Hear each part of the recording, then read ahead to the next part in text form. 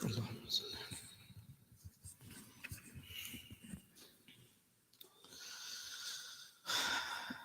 عليكم ورحمة الله وبركاته. بسم الله الرحمن الرحيم نحمده ونصلي على رسوله الكريم أما بعد. قال الله سبحانه وتعالى في القرآن المجيد والفرقان الحميد بعد أعوذ بالله من الشيطان الرجيم بسم الله الرحمن الرحيم ضرب الله مثلا للذين آمنوا امرأة فرعون ضرب الله مثلا للذين كفروا امرأة نوح وامرأة لوط. Allah subhanahu wa ta'ala, first and foremost, we ask Allah subhanahu wa ta'ala to keep us in the company of the righteous in this world. May Allah subhanahu wa ta'ala raise us amongst the righteous on the day of Qiyamah. May Allah subhanahu wa ta'ala fill our lives with mercy and rahmah, as all of us are in the need of the rahmah and the mercy of Allah subhanahu wa ta'ala. Alhamdulillah, with the fadl of Allah, with the blessing of Allah, with the mercy of Allah, we're embarking and we're beginning our 28th day of fast. And subhanAllah, this month came with the mercy and the rahmah of Allah, and we've been so blessed to be able to fast and to be able to make our salah and to be able to participate. May Allah accept this from us all, inshallah. And allow us this opportunity again and again in our lives that we witness the month of Ramadan and we benefit from the fadl and the blessings of this beautiful month. So as we begin the 28th day of our fast, this is the 28th juz, the 28th sipara. And the surah of the Quran is Surah At-Tahrim. Surah At-Tahrim is the 66th surah in the order of recitation. And the ayat of the Quran is ayat number 10. So both ayat number 10 and ayat number 11 is giving us these example and these metaphor of those individuals, especially from amongst the women folk who had believed and who had trusted, and those who did not believe and who did not trust Allah subhanahu wa ta'ala. So in verse number 10, which is just a portion of this ayat of the Quran, Allah subhanahu wa ta'ala mentions to us and He says, ضَرَبَ اللَّهُ مَثَلَ الَّذِينَ كَفَرُوا امْرَأَةَ نُوحٍ وَامْرَأَةَ لُوطٍ. Allah subhanahu wa ta'ala gives us the example. ضَرَبَ Allah in Arabic refers to Allah subhanahu wa ta'ala giving us an example, giving us a mithal, or giving us a similitude of something. And Allah subhanahu wa ta'ala mentions mithal of what? لِلَّذِينَ كَفَرُوا امْرَأَةَ نُوحٍ وَامْرَأَةَ لُوطٍ. The example of those who did kufr and disbelieved. And amongst them are the wives of Nuh alayhi salam and the wife of Lut. The next ayat is ضَرَبَ اللَّهُ مَثَلًا لِلَّذِينَ آمَنُوا. And the example of those who brought Iman are the wives of Fir'aun. And then Allah subhanahu wa ta'ala mentions her story. But we'll only take one ayat, and this is the example and the mithal of the woman of, or the wife of Nuh alayhi salam. And just to step back a little bit from this ayat of the Quran, and this is my humble request to all parents with children, grandchildren, that if we want changes in the life of our children and our generations, it all begins with a change in our own lives. A lot of time we expect changes, we expect goodness in our families, but we ourselves don't want to change. We want our children to be truthful in speech, but we ourselves, forgive me for saying, are not truthful in our speech. We want our children to be punctual upon their salah and their prayers, but we ourselves are not punctual in salah.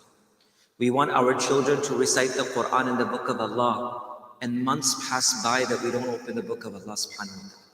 So we cannot expect our children to become pious and righteous unless we don't decide to change our lives, unless we don't make this intention that, oh Allah, I want to change my life. So it all starts from ourselves. And I always say this to parents, and especially the young parents, that do not be amongst those people who say, do as I say, not as I do.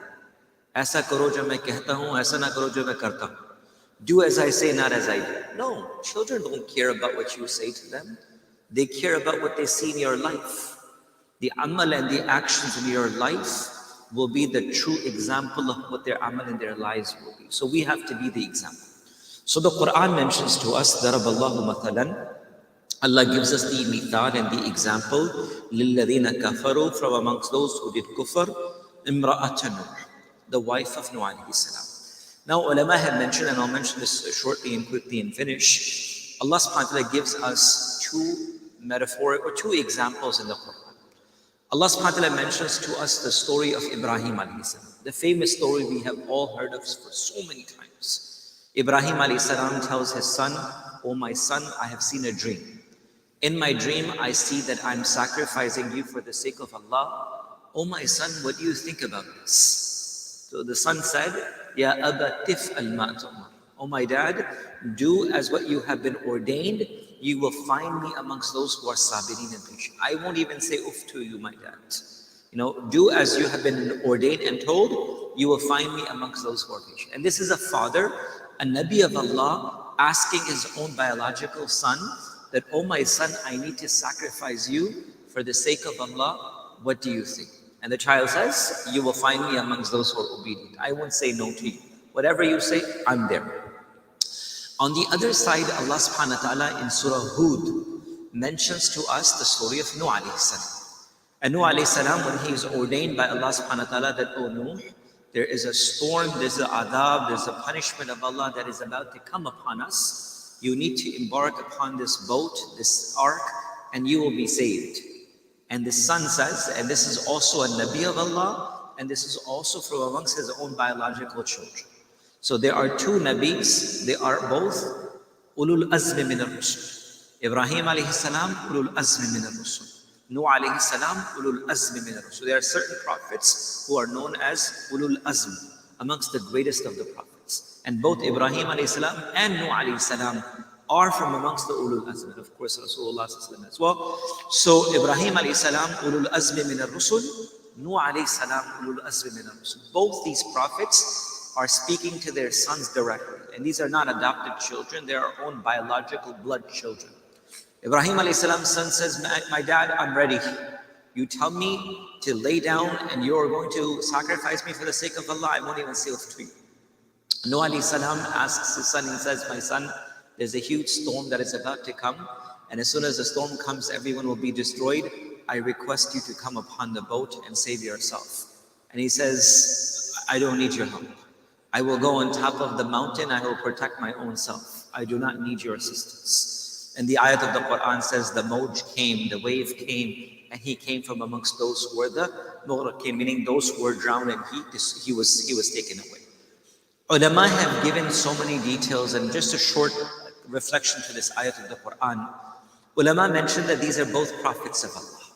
And of course, hidayat and guidance is only in the hands of Allah. May Allah keep hidayat and guidance in our lives, in the lives of our families, in the lives of our children, in the times of fitna that we're living. It's wallahi very, very difficult. But may Allah protect the iman of ourselves and our children and our progeny until the day of Qiyamah from amongst the believers. Ulama mentioned that what became the source of the difference of two sons and two prophets.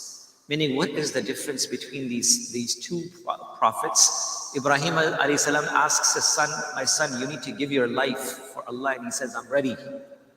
The other Nabi of Allah, Nuh alayhi salam, is saying, "My son, I'm going to save your life. Please give me your hand. Let me save you." He said, "I don't need you." One son is ready to give his life, and the other is not even ready to listen to save his life. And the ulama have mentioned that the difference between the two sons are two mothers. The two mothers, which makes the biggest difference. The wife of Ibrahim alayhi salam was a woman who was righteous and who was pious. A person who lived a life in the obedience of Allah. And this mithal in chapter number 66, verse number 10, Allah mentions that the wife of Nuh alayhi salam never believed. She never trusted Allah, or she never committed to the obedience of Allah. Which means that it's not only about the mother.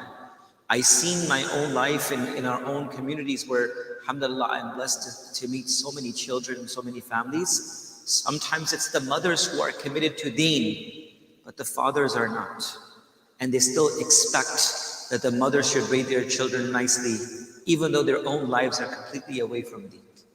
You can't expect your wives or your husbands to have a magical touch upon your children that they will become righteous. It is the responsibility of both mothers and fathers to change their life if they want to change in the lives of their children.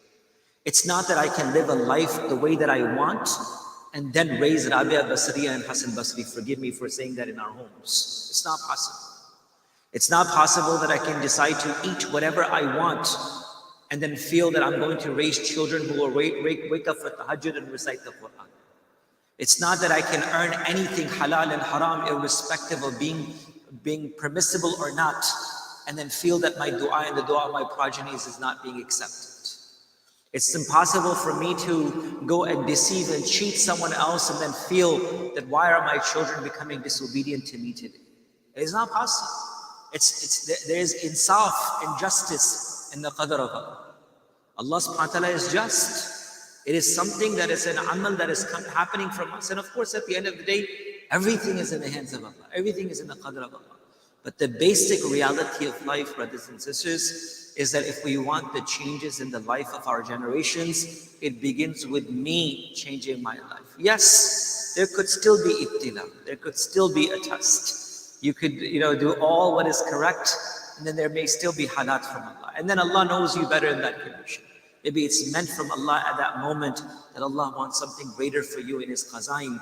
But this is something from Allah subhanahu wa ta'ala that according to our amal, according to our actions, according to our talab, is how Allah subhanahu wa ta'ala grants goodness. So going back to this very beautiful ayat of the Quran as a reminder for us that first and foremost, hidayat is in the hands of Allah subhanahu wa ta'ala. When Allah can give hidayat to Asiya, the wife of Fir'aun, where she not only becomes a person of hidayat, she says, Rabbi ibn li indaka baytan fil jannah. Oh Allah, give me your closeness close to Jannah. The next ayat of the Quran, ulama have mentioned she never asked for Jannah. She asked for the qurb of Allah. She asked for the closeness of Allah, then she asked for Jannah.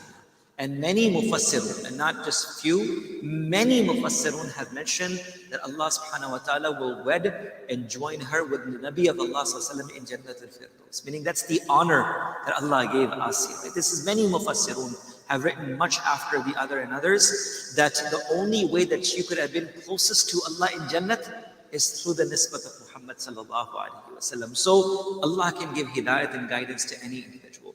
But the basic point is that we need to make the effort. So going back to this hadith, this ayat of the Quran is a reminder for all of us. Allah gives us the example and the mithal of a person who is righteous and a person who is not.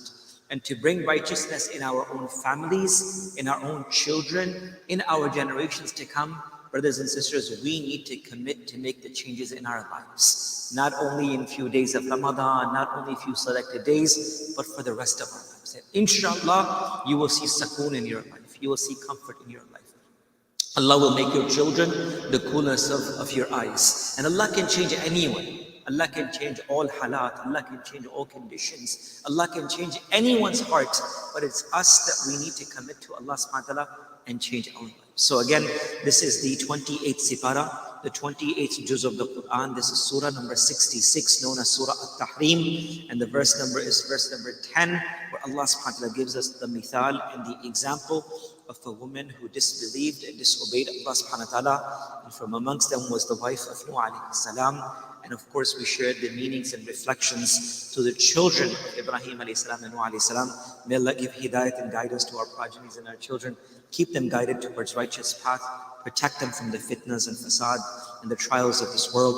And strengthen their iman and keep our progeny till the day of Qiyamah upon iman and Islam. Subhanallah wa bihamdihi. Subhanakallah wa bihamdihi. Nashhadu an la ilaha illa anta astaghfiruka.